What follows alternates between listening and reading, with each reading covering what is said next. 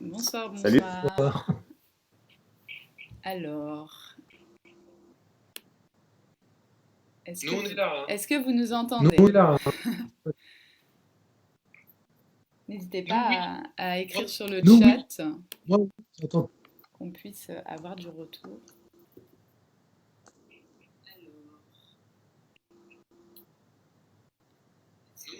Est-ce que vous nous entendez? Nous, on est là. N'hésitez pas à écrire sur Ouais, le ouais, chat. moi je t'entends, Margot, en tout cas.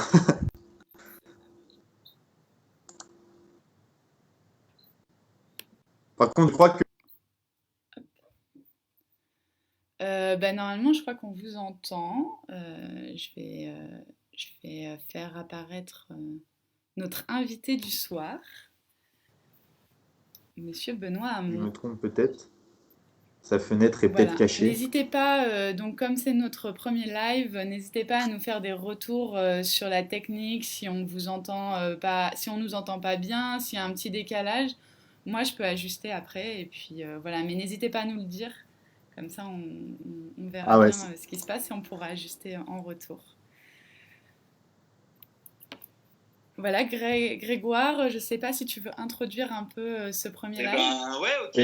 Ouais, ok. Bonsoir à toutes et à tous. Merci de suivre ce premier live Résilience Commune. Donc voilà, faut qu'on se rôde.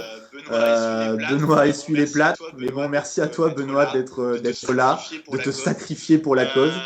Peut-être avant de te donner la parole, Benoît, rappeler ce qu'est Résilience Commune. Résilience Commune, c'est le collectif de jeunes dans lequel il faut que vous soyez. Si vous aspirez à la justice sociale, si vous voulez militer pour la revitalisation de la démocratie, si vous aspirez à la transformation écologique. Et quand je parle de transformation écologique, attention, je ne parle pas de jardinage ni de capitalisme vert. Je parle bien d'écologie de rupture, d'écologie sociale, populaire. En tout cas, c'est ce qu'on défend à Résilience Commune. On est des jeunes qui sont issus d'horizons très différents, de partis politiques différents, de générations, d'Europe Écologie Les Verts, du Parti Socialiste, de GRS, de la France Insoumise, du Parti Communiste, bref, de toutes les familles de la gauche. On est aussi plein de jeunes qui ne sont pas forcément encartés, mais qui sont très actifs dans les associations, notamment Climat. Et on défend aussi cette belle idée qui est celle du rassemblement du camp social et écolo. On aura l'occasion d'en parler au cours de ce live avec toi, Benoît. Mais pour commencer, tu reviens, Benoît, dans le débat public avec un ouvrage, un beau plaidoyer, un vibrant plaidoyer sur le revenu universel. Pour le coup, tu replaces sur le devant de la scène cette idée, alors même que du coup, on est dans un contexte particulier, catastrophe sanitaire qui augmente les inégalités. Il y avait ce chiffre terrifiant qui parlait de 10 millions de pauvres en France en 2020. Il y a évidemment aussi, avec le confinement, toute une redéfinition de ce qu'est le travail. En tout cas, les frontières du travail s'effondrent et on s'aperçoit qu'on a notre emploi, certes, mais il y a le travail domestique à assurer, le jardinage chez soi, les cours à donner à ses enfants. Et puis, il y a aussi le pape dernièrement, qui s'est prononcé en faveur du revenu universel. Donc, j'ai envie de dire Alléluia, ça fait une super occasion d'en parler. Donc, qu'est-ce que tu peux nous dire de la vision du revenu universel que tu portes dans ton ouvrage? Et à ton avis, du coup, est-ce que les esprits sont prêts à accepter cette idée, à la défendre? Parce qu'on a pu voir que pendant la campagne présidentielle en 2017, ce n'était pas forcément le cas. Est-ce que tu nous sens mûrs intellectuellement pour enfin accepter cette idée et la mettre en œuvre en France et en Europe? Bonsoir à tous, bonsoir Grégoire, bonsoir Margot, bonsoir à tous ceux qui nous regardent, nous écoutent. Merci pour l'invitation pour commencer.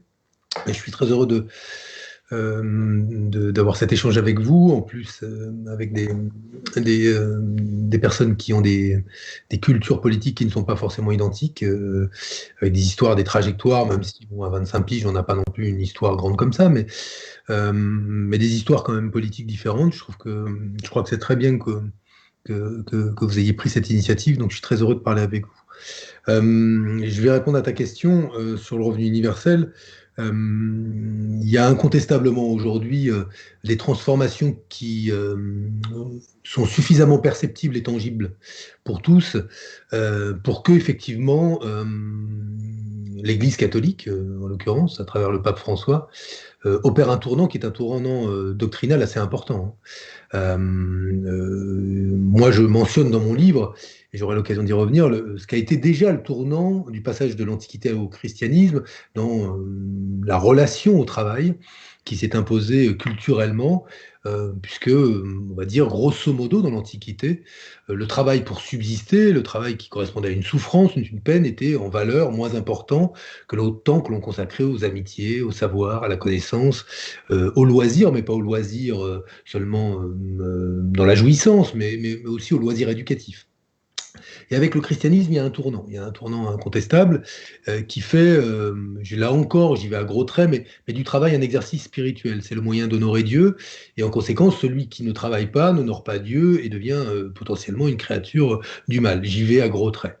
Bon, tout ça a quand même considérablement matricé culturellement l'Occident chrétien ou l'Occident judéo-chrétien, et le mariage qui a été celui du christianisme et du capitalisme, qui a été d'ailleurs admirablement brossé par Max Weber, conduit à ce que là, cette fois-ci, le travail devient presque un exercice spirituel mis au service du capitalisme. Il faut s'enrichir, il faut travailler, et c'est bien de le faire, et c'est bien, et Dieu nous en remerciera. Et tout ça, là aussi, matricé les 2 siècles de la révolution industrielle. Aujourd'hui, j'en dis un mot, mais le Vatican, à travers le pape François, avait déjà pris une position qui ouvrait sur le revenu universel. Je ne sais pas ce qu'il va dire dans son livre. Est-ce que c'est la reprise de l'encyclique qu'il avait déjà prononcée, ou est-ce que ça va plus loin? Mais ce qui est très intéressant, c'est 2 choses. C'est que ça veut dire que l'Église catholique, qui est quand même pas habituée à faire de la godille sur les valeurs, on va dire, et à faire du cabotage, elle considère que dans le rapport à la nature, comme dans le rapport au travail, il y a aujourd'hui un tournant nécessaire à opérer. C'est très intéressant, il faudra regarder jusqu'où ça va. Alors je reviens à l'approche plus classique, et l'approche de gauche du revenu universel, pour dire quoi? C'est que c'est bien que le pape dise ça, mais ça va entretenir aussi une confusion. C'est que le revenu universel sera à la fois libéral, de gauche, écolo, catho et tout, comme si finalement, aujourd'hui, celles et ceux qui, parmi les écologistes et la gauche, se rallient au revenu universel, se rallieraient à une mesure qui est une mesure d'aspiration libérale, qui viserait, somme toute, à remplacer la sécurité sociale pour la remplacer par un revenu minimum pour solde de tout compte. Et c'est là où je crois qu'il faut, nous, même si c'est dur aujourd'hui de poser des raisonnements longs dans le débat politique, rappeler une chose, c'est que vous pouvez être pour la sécurité sociale et y mettre des contenus très différents. Les gens de droite sont pour la sécurité sociale, mais ils n'y mettent pas du tout les mêmes contenus que vous y mettriez vous, sur les accidents du travail, sur l'assurance maladie, sur les retraites, j'en passe et des meilleurs. Donc on peut être pour le revenu universel, comme un minimum pour vivre pour certains, comme un outil d'émancipation pour les autres. Les contenus changent radicalement, et le sens change radicalement selon ce qu'on y met et la portée qu'on lui donne, le montant qu'on lui donne, la façon dont il complète ou pas un salaire, dont il mord ou pas sur certaines allocations sociales. Voilà. Donc on est vraiment dans des projets qui sont de nature politique radicalement différente. Et il s'agira en tout cas de voir, de continuer à porter notre projet, qui est un projet, alors en 2 mots, qui consiste à être un outil d'émancipation puissant, puisqu'il permet de libérer les individus de la dépendance d'un seul salaire pour pouvoir vivre correctement, mais surtout pour pouvoir s'épanouir. C'est un outil de la transition écologique dès lors qu'il aide à la formation du juste prix, qu'il permet à des ménages modestes de s'arracher à la tyrannie de l'économie low cost pour choisir des biens d'équipement plus durables, pour choisir une alimentation de meilleure qualité, pour basculer comme ils le souhaitent sur le bio plutôt que d'acheter des produits de première nécessité qui ont des qualités nutritives dégueulasses, pour faire vite. Et puis, c'est un profond outil de justice sociale, puisqu'il pose comme principe que dans la richesse que l'on crée chaque année, une part de la richesse est liée à notre travail, on y reviendra sans doute à la question du PIB, mais une part de la richesse est liée à l'héritage que nous laissent ceux qui nous ont précédés, et que rien ne justifie que cet héritage ne soit pas partagé égalitairement. Et le principe philosophique sur lequel se fonde le revenu universel, c'est le partage en part égale de cet héritage sur lesquels nous sommes assis quand nous arrivons, quand nous naissons, quand notre maman nous donne vie. Nous naissons riches déjà de l'héritage de toutes les générations qui nous ont précédés. Et c'était la formidable intuition de Thomas Paine, ou l'idée de Thomas Paine. Rien ne justifie que cet héritage-là ne soit pas partagé égalitairement entre les hommes. Voilà, grosso modo, en tout cas moi, comment je vois le débat sur le revenu universel aujourd'hui s'enclencher, puis indiscutablement la crise sanitaire et les transformations du travail qu'elle accélère, les transformations de la société qu'elle accélère aussi avec la révolution numérique qui hâte le pas de la substitution de l'homme par la machine dans beaucoup de secteurs, doivent nous amener à penser la protection sociale du XXIe siècle. Je le dis, je le repense, le revenu universel, c'est la pièce de la protection sociale qui manque pour engager la transition écologique. C'est ce qui garantira que la transition écologique sera juste socialement aussi. Et je crois qu'on a là un édifice complet, quoi. Si on porte le changement de modèle de développement, la transformation écologique de la manière dont on pense la richesse, les liens au moins autant que les biens, sinon plus que les biens, et à côté, la justice sociale à travers le revenu universel. Voilà, j'ai fait vite, hein, Grégoire. Ouais, mais c'est très bien. De toute façon, on va prendre des questions aussi des gens qui nous suivent. Moi, j'en ai juste une petite avant. Je me dis, en 2017, des fois, le retour qu'on avait, c'est que les gens, ils n'ont pas forcément compris ce qu'était le revenu universel, les objectifs qu'il y avait derrière.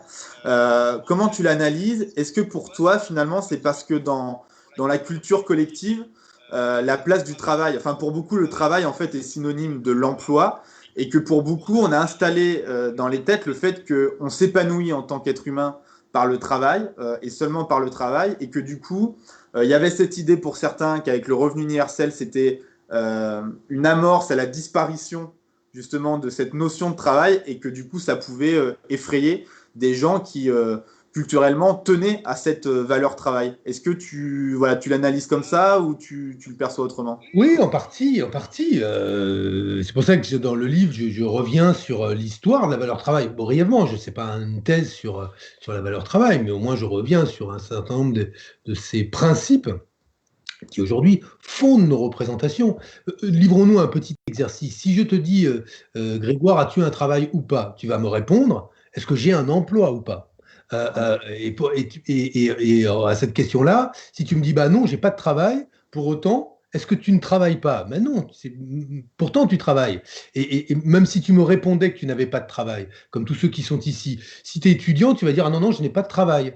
Mais pourtant, tu travailles. Tu travailles dans tes études, tu travailles comme chez toi, tu travailles quand tu aides les autres, tu travailles comme bénévole. Mieux, depuis maintenant une vingtaine d'années, tu travailles gratuitement comme consommateur et encore plus avec la révolution numérique. Tu travailles comme consommateur sur Internet quand tu cèdes, sans le savoir, tes données individuelles. Tu travailles quand tu aides à se construire ou comment dire, des fabricants de logiciels ou d'algorithmes à peaufiner l'objet avec lequel ils créent de la richesse. Tu les aides quand tu montes toi-même ton meuble, alors qu'avant, les meubles étaient montés, tu aides une entreprise quand tu imprimes toi-même ton billet, bon bref, tu vois, tu remplaces du travail. Donc il y a cette réalité-là qui nous amène finalement à ne résumer le travail qu'à l'emploi.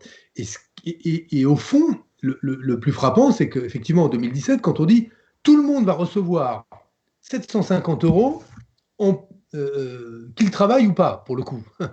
Mais les gens disent, comment ça mais c'est indu, c'est illégitime, pourquoi cet argent me tomberait? Et puis on n'est tellement pas habitué à ce discours-là. Et il y a cette idée que quand on n'est pas dans l'emploi, on n'est pas utile socialement. On ne crée pas, on ne contribue pas au PIB en théorie, et on ne crée pas de richesse, donc on est inutile socialement. D'ailleurs, je pointe un truc qui m'avait frappé, j'ai revu le programme de Jospin en 95 qui dit il faut viser le plein emploi pour que tout le monde soit citoyen. C'est frappant, ça. Parce qu'en fait, ça veut dire quoi, inversement? Tu n'es pas citoyen si tu n'es pas dans l'emploi. Et c'est ça, la réalité. C'est que les gens perçoivent qu'ils ne sont pas tout à fait citoyens, qu'ils n'appartiennent pas tout à fait à la nation, s'ils ne contribuent pas à la production de richesse dans le PIB. Or, l'emploi, c'est quoi? Sinon, le fait que tu mets la citoyenneté entre parenthèses quand tu travailles, puisque tu es tenu par un lien de subordination à ton employeur et que tu es tout sauf souverain. Et donc, on t'explique qu'en fait, si je devais faire ce raisonnement par l'absurde, que tu n'es citoyen que quand tu fais l'expérience de la non-citoyenneté. Donc, tu n'es pleinement citoyen que quand tu acceptes de ne pas l'être dans l'entreprise. Donc, moi, ce qui m'a intéressé, c'est de déconstruire tout ça pour voir quels étaient les obstacles invisibles à la mise en œuvre du revenu universel. Et le point le plus important, il est effectivement de noter que les classes populaires, les classes moyennes, ceux qui ont un boulot, parfois un petit boulot pénible, ou qui vivent de ça, sont les premières à juger comme illégitime ou indu cet argent qui viendrait compléter un salaire, ou eux, pensent-ils, aller à ceux qui ne bossent pas. Et là, fait aussi un autre exercice. Quand on vous demande est-ce que le revenu universel vous fera arrêter de travailler, en fait, les gens répondent moi non, mais les autres certainement. C'est qu'en fait, dans cette société de la défiance, on est tous persuadés que nous, parce qu'on est évidemment parfaitement intègre et honnête, et qu'on aime notre travail ou qu'on a envie de travailler, on continuera à travailler, mais que les autres, ils sont tous suspects d'être un peu fainéants. Et en vérité, là encore, c'est un exercice qu'on peut faire très simplement, et il suffit de demander qui arrêterait de travailler si on lui versait le revenu universel. C'est une très petite minorité de gens qui le feraient. Ok, Margot, est-ce qu'il y a des questions? J'en profite juste avant pour vous montrer le livre. Oui. Il est là, Ce qu'il faut de courage, aux éditions Équateur. N'hésitez pas, Noël approche. C'est une très bonne idée de cadeau, je vous le conseille. Adressez-vous à votre librairie locale. Et puis, il y a toujours le click and collect, je pense, en ce moment. Et puis, normalement, les commerces réouvrent bientôt. Donc, ouais, il est encore en rupture de stock, je vous le dis. On réimprime là, mais je sais que dans plusieurs endroits, on ne peut pas l'avoir. Donc, ce qui est plutôt une bonne nouvelle que beaucoup de gens achètent un livre sur le revenu universel. Mais le but, c'est que ce soit aussi un document pour l'avenir, en tout cas laissé pour, pas simplement là tout de suite. Hein. C'est pas un livre d'actualité politique non plus. Hein. C'est d'aider à la réflexion sur le long terme. Margot, est-ce que tu as des questions du public? Bien sûr. J'en profite pour dire qu'il ne faut pas que vous hésitiez à poser les questions dans les chats, puisque c'est comme ça qu'on peut aussi établir le dialogue, donc à la fois sur Facebook et sur Twitch. Et moi, je les lirai. J'en profite aussi pour dire qu'on ne s'est pas présenté, Grégoire et moi. On est vos hôtes ce soir pour Résilience Commune. Mais voilà, c'est chose résolue suite à quelques remarques. Et donc en question, j'avais la question de Flo qui demande s'il est possible de développer les raisons pour lesquelles le revenu universel ne remplacerait pas toutes les aides, mais remplacerait les allocations familiales. Et une deuxième question sur est-ce que le revenu universel tel qu'il est pensé serait-il versé aux retraités? C'est Francis qui nous pose cette question. Et voilà, je te laisse répondre Benoît, et puis n'hésitez pas à poser vos questions, on en reprendra après. Alors oui, le revenu universel serait versé aux retraités, puisque le principe du revenu universel, c'est qu'il est versé de votre naissance jusqu'à votre mort. C'est juste qu'entre 0 et 18 ans, son montant n'est pas le même dans la proposition que je fais. Donc après, évidemment, ça se discute. Entre 0 et 18 ans, il serait de 300 euros, versé en deux parties. 200 euros aux parents en remplacement des allocations familiales pour l'éducation des enfants. Donc vous avez 3 enfants, vous avez 600 euros. Vous en avez 2, vous avez 400. Bon bref, vous faites le calcul. Et 100 euros qui seraient placés sur un compte disponible à 18 ans, 100 euros par mois, donc pendant 18 ans, et qui constituerait un capital d'émancipation d'à peu près 20 000 euros pour un enfant qui bénéficierait comme ça en tout cas d'un moyen de pouvoir accéder à un logement, choisir des études. Vous voyez très bien ce que vous feriez avec 20 000 euros à 18 ans. Moi, en tout cas, je vois bien ce que j'en aurais fait. Mais en tout cas, comme aussi une marque de confiance de la société en sa jeunesse. C'est-à-dire que là où aujourd'hui on construit la précarisation de la jeunesse en ne rendant pas les jeunes éligibles aux minima sociaux, là où on la stigmatise, il y aurait là aussi un acte de confiance très grand, plus le fait qu'évidemment, à partir de 18 ans, un jeune serait éligible, notamment tous les étudiants, mais pas que, au revenu universel plein régime, quoi, c'est-à-dire 750 euros. Je vois marqué autre. Oui. Margot a une autre question, je crois. Ouais, oui. En fait, il y a eu d'autres questions, mais qui vont être assez rapidement répondues, je pense. Sur le revenu universel, est-il compatible avec la sécurité sociale? Et aussi, et là une question un petit peu plus épineuse. Pourquoi le Parti communiste et la France insoumise sont-ils contre le revenu universel? Je ne sais pas si tu as des éléments, mais on essaye de répondre à toutes les questions. Ils vont changer. Je réponds, mais je ne l'ai pas entièrement, mais c'est une discussion qu'on aura dans les mois qui viennent. Alors, bon, la première, évidemment, le revenu universel, il ne remplace pas la Sécu. La Sécu, c'est les retraites, donc il y aura toujours les retraites. La Sécu, c'est l'assurance maladie, il y aura toujours l'assurance maladie. La Sécu, c'est l'indemnisation chômage, il y aura toujours l'indemnisation chômage. On ne va pas tout remplacer, le but, c'est pas ça. Il y a un certain nombre d'allocations dont on peut imaginer qu'elles vont être recalibrées, en partie les minima sociaux, en partie les allocations logement, mais pas la hache, à mon avis, l'allocation adulte handicapé. Donc, il y a, globalement, le revenu universel, il remplace les allocations familiales, assurément. Il recalibrera probablement un certain nombre de prestations sociales, mais il laisse la sécurité sociale quasi intacte. Première chose. La deuxième remarque, qui était plus politique, pourquoi le PC et la France insoumise sont-ils, je ne sais pas si on peut dire qu'ils sont contre. Bon, il y a une autre proposition qui est la proposition de Friot, qui est ce qu'on appelle le salaire à vie, qui correspond à une socialisation intégrale de la valeur ajoutée. Qui, aux yeux des dirigeants de la France insoumise et d'ailleurs du Parti communiste, est suffisamment, intéressante intellectuellement pour qu'ils en parlent un peu, mais infaisable politiquement pour qu'aucun ne l'ait repris dans leur programme politique. Pour faire simple, je le dis, il n'y a pas un programme, ni du PC, ni de la France insoumise, qui reprend la proposition de salaire à vie. Par ailleurs, j'invite, ce que j'ai dit, moi, dernièrement, j'ai envoyé le livre à un certain nombre d'élus de gauche, notamment de la FI, en leur disant, regardez ce que je propose sur la prédistribution des richesses. L'idée aujourd'hui que l'on parte du principe selon lequel on est riche d'un héritage collectif et que cet héritage collectif correspond à une fraction du PIB, cette fraction du PIB est donc divisée entre les individus, c'est une socialisation partielle de la valeur ajoutée. Donc c'est dans l'esprit quelque chose qui devrait parler aux dirigeants communistes et de la FI. Bon, moi, si je suis totalement franc avec vous, c'est que je pense que quand j'ai entendu dire oui, le revenu universel, ça va baisser les salaires, c'est le rêve du capitalisme. Voilà, les gars, 500 milliards d'euros en redistribution intégrale, rêve du capitalisme, il va falloir me trouver en tout cas un argument un peu plus convaincant, parce que évidemment que c'est pas le rêve. Et en plus, c'est un très mauvais raisonnement économique que de croire que le revenu universel va baisser les salaires. Parce que c'est ignorer aujourd'hui que le travail est une marchandise, hélas d'ailleurs, et que parce que c'est une marchandise, il répond aux règles de l'offre et de la demande. Et à partir du moment où ceux qui sont obligés de vendre leur force de travail pour vivre ne sont plus obligés de vendre leur force de travail au même prix, c'est-à-dire le prix de misère qu'ils acceptaient, un salaire de misère, parce qu'ils ne dépendent plus que de ce salaire, mais ils ont le revenu universel en plus, c'est au contraire, dans les secteurs qui ont un fort besoin de main-d'œuvre, un puissant élément de rapport de force pour améliorer les conditions de travail. Je pense notamment au secteur des services à la personne, par exemple, voire augmenter les salaires. Et donc, il ne faut pas raisonner. Je pense que, je vais le dire pour les gens de gauche et les écologistes, il faut prendre le temps de se lire. Voilà. Moi, j'ai lu les programmes L'Avenir en commun, j'ai lu les programmes des écolos. D'ailleurs, le programme des écolos, c'était un peu le mien pendant les élections présidentielles, puisque j'étais leur candidat. J'ai fait le programme des socialistes qui se sont empressés de jeter au lendemain de ma défaite. À cette époque-là, je parle franchement aussi.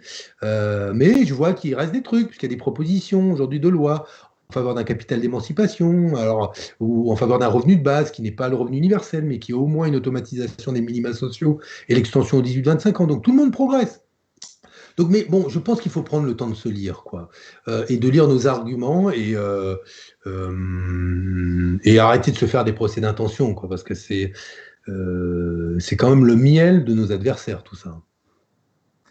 Eh bien, merci Benoît sur le revenu universel. On va enchaîner, on va parler du macronisme. Hier à Paris, la place de la République a été le théâtre de violences envers des personnes migrantes, mais également envers des journalistes, des élus ou des bénévoles associatifs qui étaient là pour aider ces personnes. Des images choquantes, même Darmanin les a jugées choquantes alors qu'il défend aujourd'hui une loi qui empêcherait de filmer ces images. Pourquoi je te pose cette question, en tout cas, pourquoi je fais cette remarque, c'est pour te demander justement quel regard tu portes sur l'évolution en fait du pouvoir macroniste, sur la manière dont ils exercent le pouvoir. Parce que je me souviens qu'en 2017, on est beaucoup à avoir au deuxième tour voté Macron pour faire barrage évidemment à l'extrême droite, et on se disait que sur le plan économique ou sur par exemple le code du travail, on ne se faisait pas de surprise et on savait qu'on allait en baver.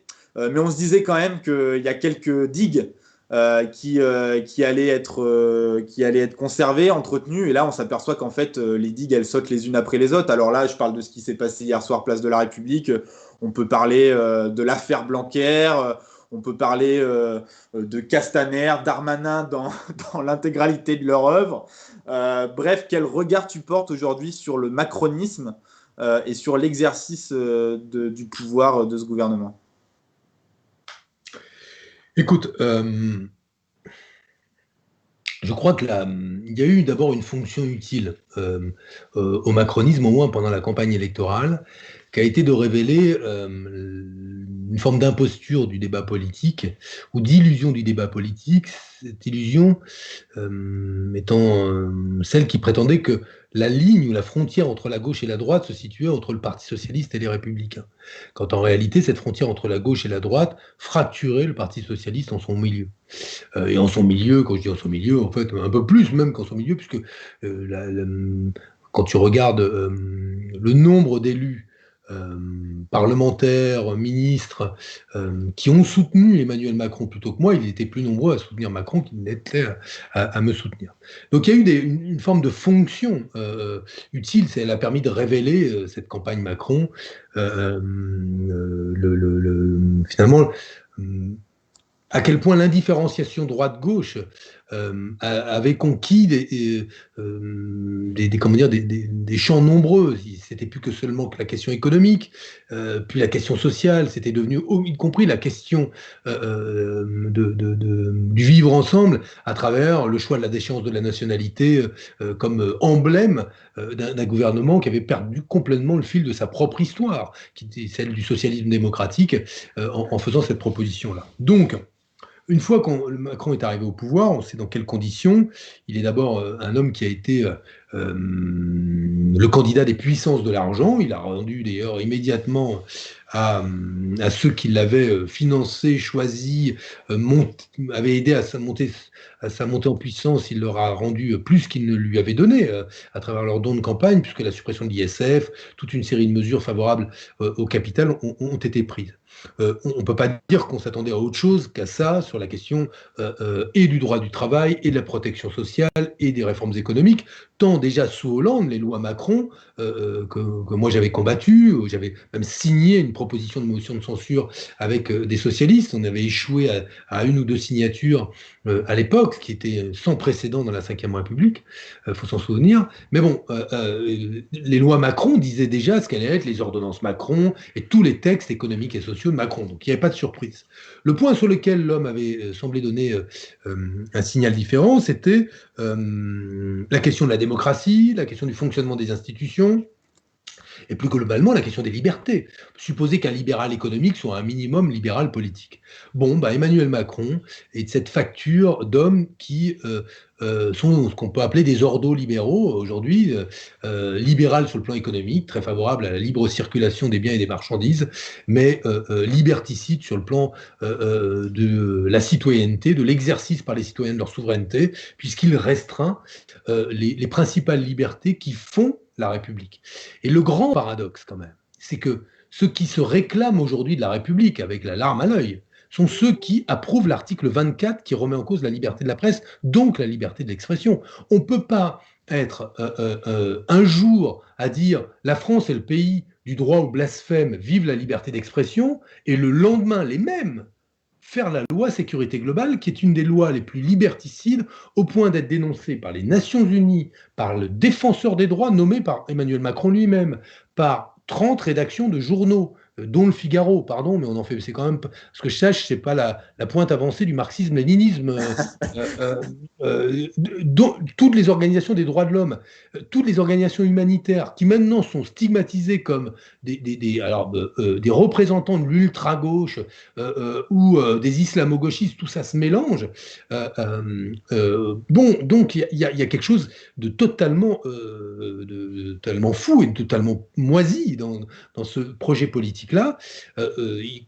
Emmanuel Macron, au bout de 3 ans et demi, est quand même le président le plus liberticide de toute la Ve République. Et quand je dis ça, je ne pose aucun terme d'exagération. Je ne cherche même pas à noircir pour ce que ce sera un opposant politique. C'est factuellement vrai. Hélas. Et personne ne peut me démontrer le contraire. Personne. Absolument personne. Je mets au défi un député de la LREM, d'ailleurs une parlementaire de LREM, qui vient de déclarer qu'on glissait vers un régime autoritaire de leur propre majorité. Donc il y a effectivement, tu sais, il y a là encore dans mon livre, mais je ne suis pas le premier. Je vous invite à lire. Il y a un très bon bouquin qui s'appelait de Michael Fussell, qui s'appelle Récidive, qui est remarquable. Il y a le bouquin de Paletta sur le fascisme qui est remarquable aussi, et où tu vois en gros que notre période, avec le recul historique, j'espère qu'on ne la mettra pas au chapitre qui était celle des années 33 à 39, qui dans nos livres d'histoire s'appelle La montée des périls. Mais tu vois les mêmes signaux qui existent. Et il faut toujours se souvenir que la scène politique européenne et française accueille en différé des événements semblables à la scène politique américaine.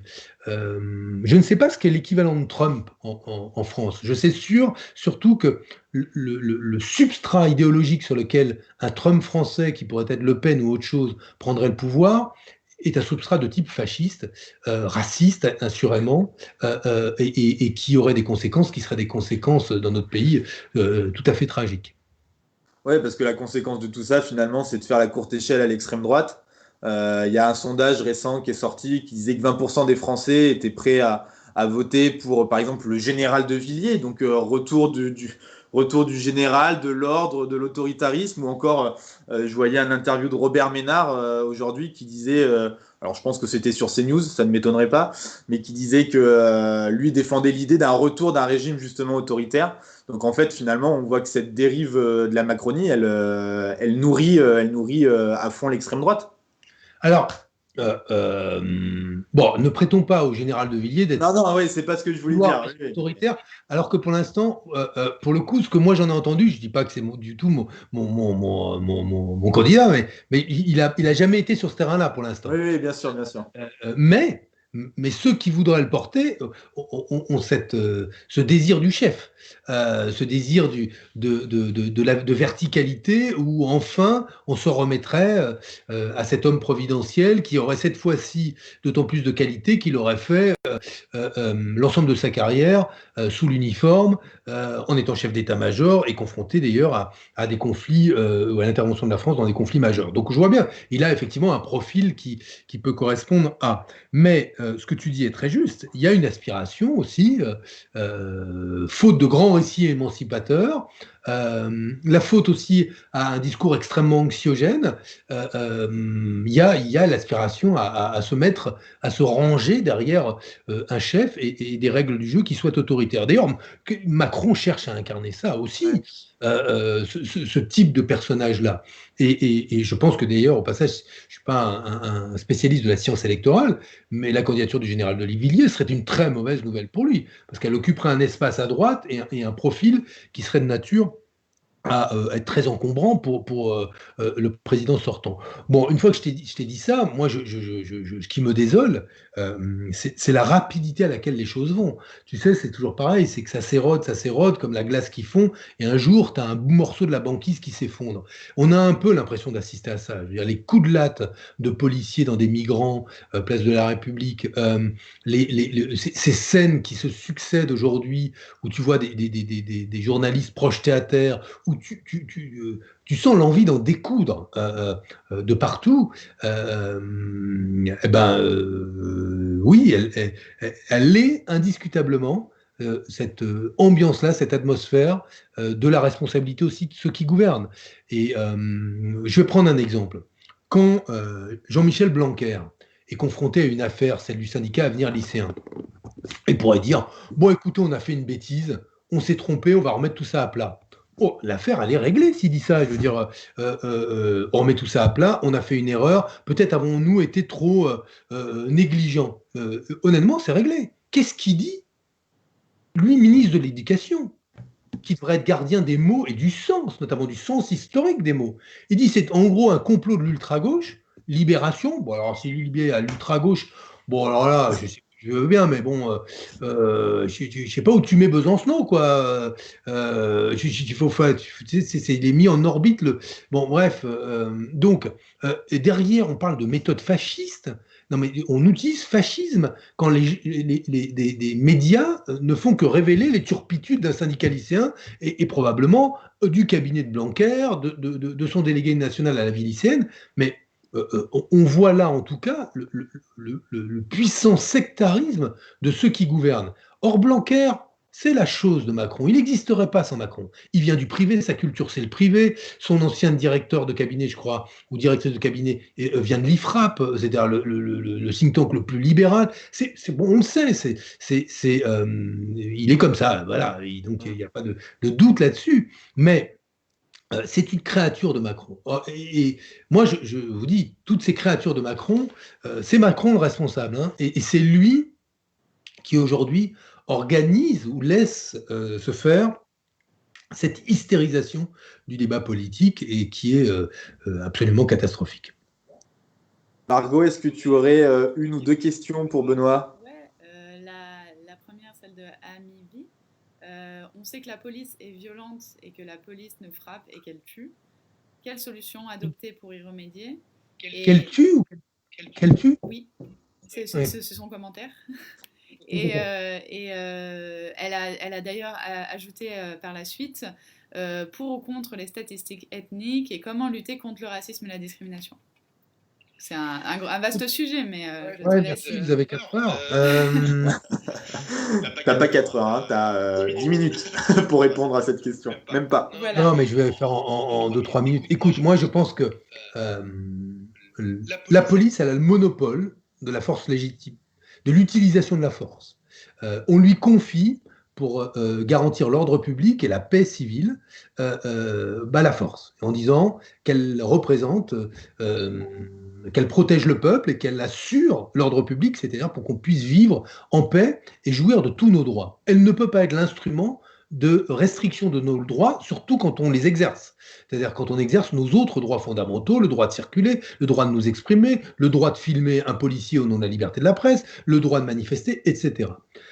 Or, le problème que nous avons, et on doit regarder le problème en face, c'est que l'étude du Cevipof sur l'élection de 2017 montre qu'au premier tour, plus d'un policier sur deux a voté Marine Le Pen aux élections présidentielles. Ça veut dire que la représentation du monde qu'ils ont comme citoyens est une représentation du monde qui est quand même à l'opposé d'une république paisible. Alors, indiscutablement, le métier des policiers est d'être en contact avec ce qu'il y a de plus violent dans la société. Donc ça fabrique sans doute des citoyens plus méfiants eux-mêmes. Mais ce qui m'avait frappé, c'est que je ne sais pas si je le mets dans mon livre, je crois que je le mets dans mon livre, c'est, je rappelle que une étude avait été faite il y a une dizaine d'années dans toute l'Europe, qui s'était intéressée pas simplement au niveau de confiance des citoyens dans leur police ou dans leurs institutions, mais avait interrogé en sens inverse ce qu'était la confiance qu'avaient les policiers dans les personnes qu'ils protégeaient. Et le pays, dans une 17, je crois, pays qui étaient testés, le pays où les policiers étaient le plus méfiants à l'égard des gens, c'était la France. Ça dit qu'il y a une relation qui est totalement délabrée, en quelque sorte, entre policiers et citoyens. Et on doit la reconstituer. Moi, j'avais proposé j'avais mis sur la table les récépissés de contrôle d'identité. Dans l'élection présidentielle, je crois avoir été le seul à avoir été aussi loin pour dire qu'il faut reposer les termes d'une relation totalement dégradée entre la police et la population, qui passe sans doute par une amélioration des conditions de travail, de la carrière, une réorganisation de la police, mais on ne peut plus, en tout cas, fonder l'ordre public sur une administration qui, aujourd'hui, exprime des maux, une souffrance, une inquiétude aussi forte. Et que ça se traduit par quoi? Ça se traduit par ce qu'on voit, un usage disproportionné de la violence, des violences gratuites, arbitraires, du racisme, des violences policières et des discriminations, pardon de le dire, alors qui existent, qui sont même documentées par une autre administration ou un établissement public, le CNRS. Donc on ne peut pas dire que c'est pas n'importe qui a fait ce travail-là. Et aujourd'hui, hélas, en France, quand vous êtes un jeune français ou d'origine maghrébine ou noir, arabe ou noir, pour faire vite, d'origine, eh ben, vous avez 7 fois plus de chances de vous faire contrôler à la station des Halles. Voilà, c'est comme ça, c'est été observé, c'est documenté, et c'est ainsi, et je ne crois pas que ça ait beaucoup changé, hélas. Donc, la responsabilité de la République, c'est que chacun puisse faire l'expérience de la République. Je ne peux pas être spontanément faire confiance en la République si je fais l'expérience de la contrainte plutôt que de la liberté, de l'inégalité plutôt que de l'égalité et de la discrimination plutôt que la fraternité. C'est quand même pas compliqué à comprendre, ça. Et Blanquer devrait le piger. Et Darmanin, qui lui n'aspire qu'à une chose, c'est jouer les Sarko pour être à la place de Macron. Ça, je veux dire, c'est tellement... C'est cette petite idée à droite qu'il faut être un bon ministre de l'Intérieur qui s'est mis dans la poche les flics pour pouvoir être un jour président de la République. Ça, c'est l'école Sarko. Bon, Darmanin, c'est gros comme une maison, mais il fait exact. C'est ça qu'il fait. Donc, tout le monde l'a vu avec ses gros sabots. Alors maintenant, il dit, ouh là là, c'est pas bien. Il a fait un petit truc hier soir. Écoutez, si c'est pas bien, qu'il vire l'allemand, hein, préfet de police. Voilà, c'est à ça qu'on reconnaît les hommes d'État. Les ministres de l'Intérieur, ce n'est pas les ministres des syndicats de police, c'est les ministres de l'Intérieur. C'est-à-dire qu'ils sont en charge de l'ordre public et qui se font respecter de leurs troupes, notamment, non pas en signant au bas des motions syndicales. C'est quand même dingue dans ce pays. Moi, j'ai rien contre les syndicats, bon, encore que si certains, mais les seuls syndicats qu'on écoute dans ce pays, c'est les syndicats de police. Les syndicats d'enseignants, ils ne sont pas écoutés. Les syndicats de soignants, ils n'ont jamais été écoutés. Les syndicats de salariés, j'en parle pas. Par contre, les syndicats de police, c'est eux qui font les lois. On a vu ça jouer ça où? Donc, moi, je suis pour que on écoute tout le monde, mais je pointe ce petit déséquilibre quand même. On l'aura compris, il est urgent de reprendre le pouvoir. La gauche et les écologistes doivent apporter des réponses. Et pour ça, en tout cas, c'est ce qu'on défend à Résilience Commune. On pense qu'il faut le rassemblement de la gauche et des écolos. Ça ne fait pas tout, c'est sûr, et que ça ne fait pas un projet de société, mais en tout cas, c'est une condition nécessaire à la victoire. Et on le voit bien en ce moment. Il y a quelques annonces. Mélenchon qui se lance dans la course à la présidentielle. Le pôle écologiste qui prépare sa primaire, Olivier Faure qui fait des annonces et qui propose par ailleurs une primaire des idées, peut-être une proposition intéressante. Toi, Benoît, parce qu'on sent bien que au-delà des incantations à l'Union, aujourd'hui tout le monde a du mal à se projeter et il y a très peu de propositions très concrètes en fait qui nous permettent d'entrevoir le rassemblement de ces forces-là. C'est peut-être ce qu'on manque d'ailleurs, de propositions un peu concrètes. Olivier Faure en faisait une aujourd'hui. Toi, quel est ton regard là-dessus? Est-ce que tu as des idées, des propositions justement pour qu'on arrive à faire cette union-là? Donc nous, à Résilience Commune, de par notre ancrage aussi dans les partis, on secoue un peu le cocotier, on s'adresse à nos responsables politiques et on leur dit déconnez pas, les enjeux sont grands, mais il y a peut-être des solutions à trouver. En tout cas, il y a peut-être des choses à ne pas faire. T'en parleras peut-être, mais il y a aussi des anathèmes parfois qui sont lancés entre responsables et élus de gauche, et c'est peut-être bien dommageable quand, c'est ce qu'on vient d'évoquer, mais quand il y a un pouvoir libéral qui tend à l'autoritarisme et parfois à des aspects fascisants. Quel est ton regard là-dessus, Benoît? Oh là là, tu m'en demandes beaucoup, hein. Moi, je pense qu'il faut livrer ton avis. Faut être responsable. En disant ça, je veux dire par exemple que on a 10 millions de pauvres, on est en pleine crise sanitaire, le tic-tac climatique continue à égrener des secondes lugubres. Et là, aujourd'hui, on a un débat entre les écologistes et le PS sur la question de la République, lancé par Anne Hidalgo, qui dit les écolos seraient ambigus sur la République. Bon, bah, je veux dire, curieux, parce qu'elle s'est alliée avec des gens qui seraient ambigus sur la République, et puis Darmanin, il n'est pas ambigu sur la République. On ne peut pas d'ailleurs dire que les uns sont ambigus sur la République et voter l'article 24, ou dire que l'article 24 de la loi qui remet en cause la liberté de la presse et d'expression serait bon. Donc moi, je pense qu'il faut être responsable. Et je pense que c'est valable pour tout le monde, et que la responsabilité aujourd'hui, elle est de construire un récit émancipateur, et pas de commencer à expliquer que sur ce qui est fait système, c'est-à-dire la République, ce qui fait qu'aujourd'hui, on accepte les règles du jeu démocratique, qu'on se situe dans les mêmes valeurs et le même corps de valeurs, avec des règles constitutionnelles qu'on accepte tous. Je trouve que ce débat-là, qui consiste à dire, dans la gauche, il y aurait des gens ambigus avec la République, la droite ne le serait pas. C'est-à-dire qu'on ne ferait pas le reproche à la droite qui remet en cause la liberté d'expression. Et d'ailleurs, on pourrait même être d'accord avec eux. Et on dirait que c'est bon. Donc il y a quelque chose qui ne va pas. Donc je dis, il faut être responsable.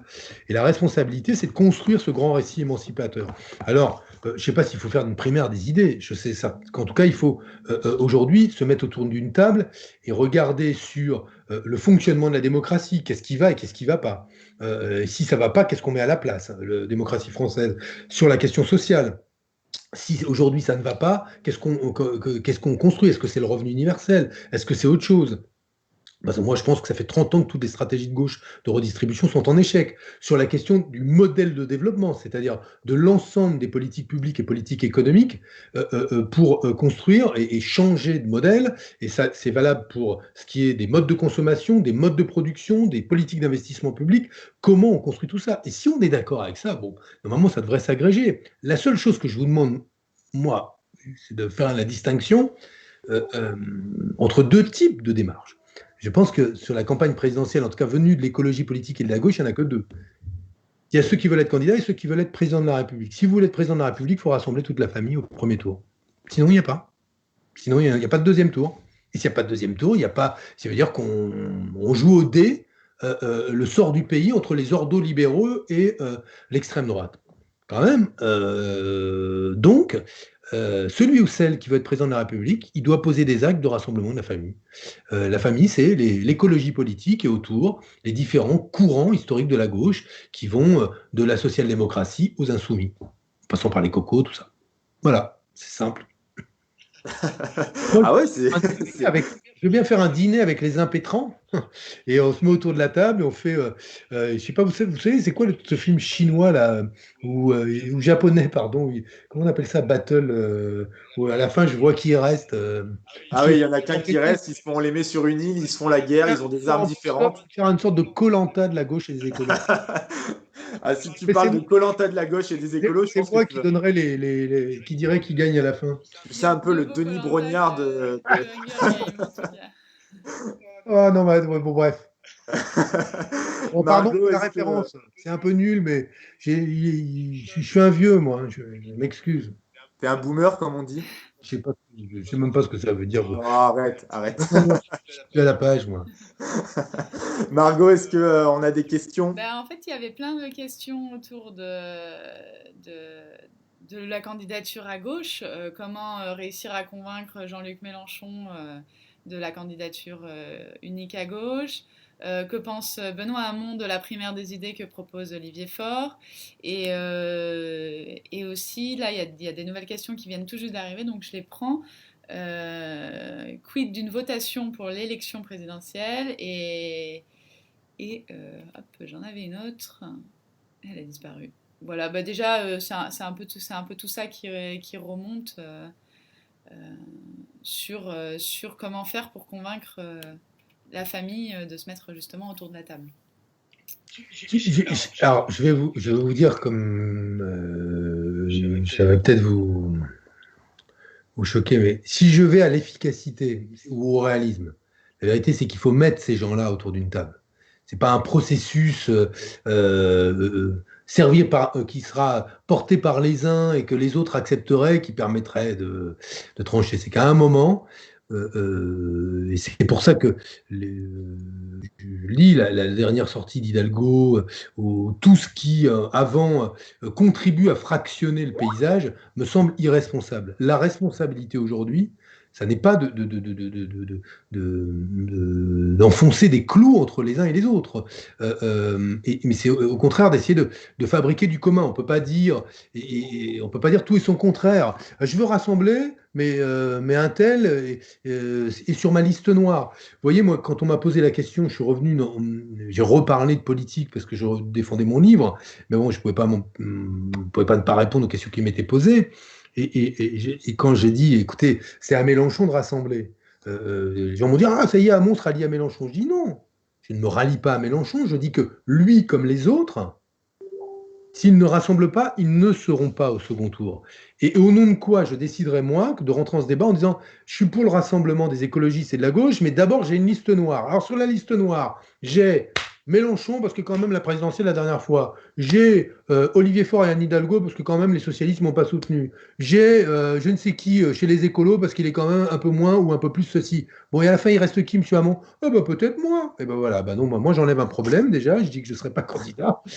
Et je dis que voilà, il faut trouver, et même parmi les non-impétrants, j'ai rajouté un nom, histoire peut-être ou de trouver celui de Christiane Taubira, par exemple, en disant, ça peut être elle, ça peut... Mais voilà, il faut que à un moment, les dirigeants, parce que ça pèse dans une élection présidentielle, et que l'élection présidentielle rend fou, donc il faut mettre ceux qui pourraient devenir fous à cause de cette élection autour d'une table, et qu'à un moment, l'esprit de responsabilité s'impose. Je ne vois pas d'autre solution. Voilà, donc j'essaie d'être franc avec vous. Hein. Je vais vous dire, c'est une grande votation, mais je crois pas. Je préférerais, hein. Ma préférence irait à ça. Mais je ne crois pas que ce soit réaliste de la mettre sur la table aujourd'hui. Je ne les vois pas les uns et les autres, vu leur. Je veux dire, Yannick et Eric sont en campagne, par exemple, Sandrine aussi Rousseau chez les écolos, mais ils ont leur couloir de nage. Jean-Luc, lui, s'est déjà déclaré, il a son couloir de nage. Anne, ça ressemble à un couloir de nage quand même.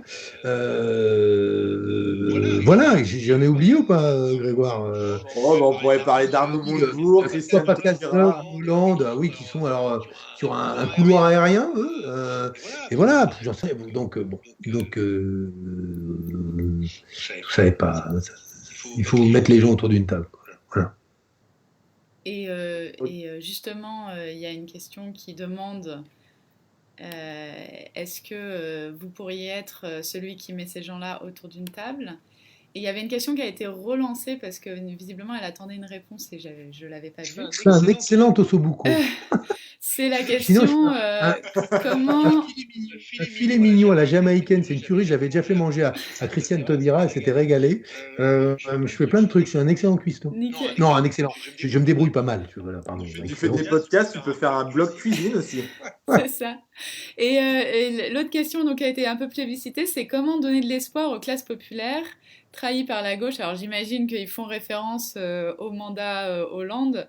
Le mot est fort, mais qu'est-ce que tu en penses, toi, sur la question des classes populaires aussi? Et de la gauche et des classes populaires. Oui, c'est une longue dissertation. Non, mais là, pardon, mais là, moi, avec le revenu universel, je crois qu'on a quelque chose qui est vraiment de nature à donner une liberté et un pouvoir de choisir à des millions et des millions de gens. Vraiment. Après, il faut en faire le choix. Il y a toujours un argument, mais comment vous le payez? Je rappelle que le général de Gaulle, les communistes, les socialistes, au lendemain de la guerre, on ne leur demande pas comment ils vont payer la sécurité sociale en leur sortant, ça va coûter un jour 30% du PIB. C'est-à-dire, effectivement, 70 ans plus tard, c'est 30% du PIB.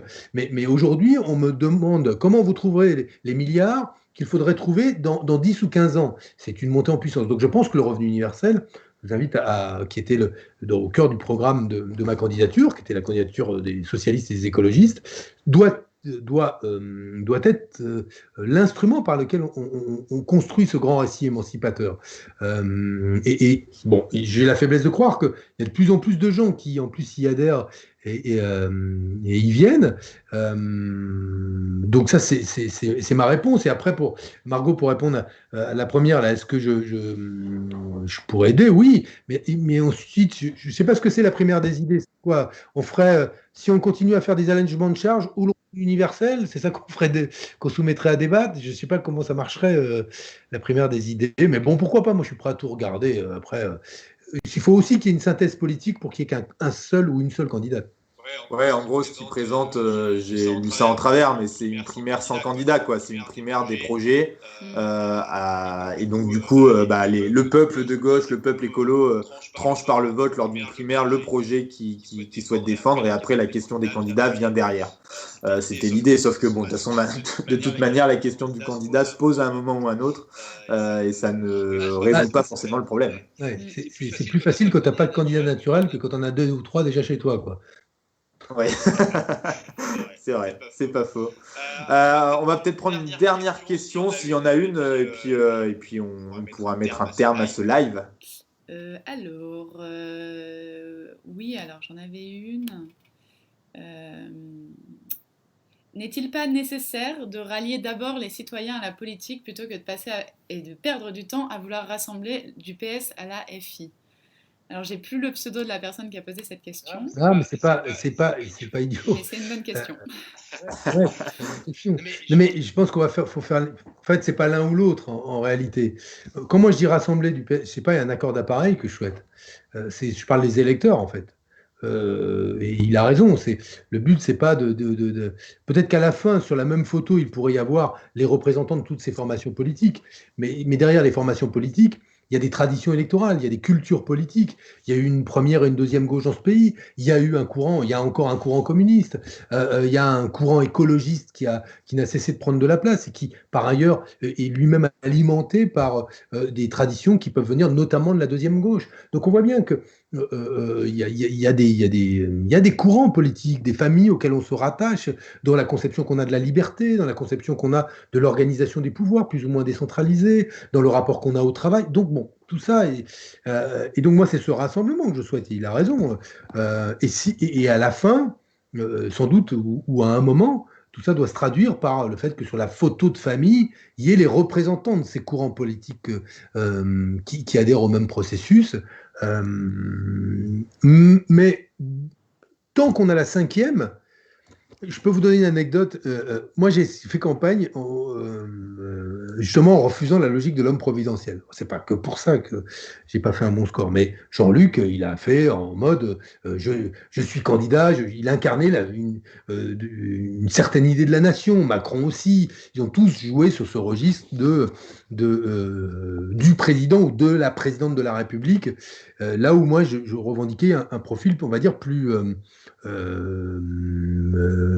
modeste dans ce registre-là.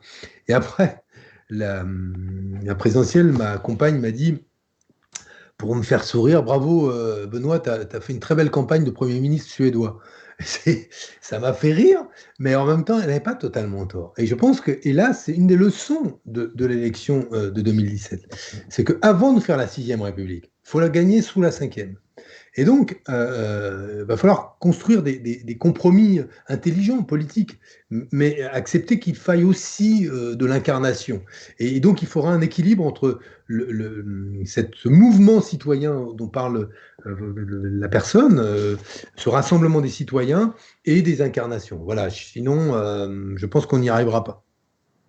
Bon, bah écoutez, merci à toutes et à tous. Merci. Un grand merci, Benoît. Si tu le veux bien, Résilience Commune, on te gardera sous le coude, parce que je pense que vraiment, comme toujours, déjà ton discours est inspirant et que dans la période, même si tu n'es pas candidat à la présidentielle, et justement parce que tu n'es peut-être pas candidat, tu peux être utile au rassemblement et à la construction de ce nouveau récit émancipateur auquel on aspire toutes et tous. Merci à toutes et tous d'avoir suivi. Merci à vous. Merci beaucoup. Et surtout, si vous n'êtes pas encore à Résilience Commune, que vous ne nous connaissiez pas et que vous avez envie de travailler avec nous, vous nous envoyez un petit message sur la page Facebook, sur Twitter, sur Twitch. On réceptionne tout ça, on reprend contact avec vous et puis on vous embarque dans l'aventure. Ouais. Un grand merci à toutes et tous et bonne soirée. Merci beaucoup d'être venus et on en refait bientôt. Donc n'hésitez pas à rester abonnés. On essaiera de faire ça très vite. Bonne soirée. Salut Benoît, salut Margot. Salut, portez-vous bien. Ciao. Ciao.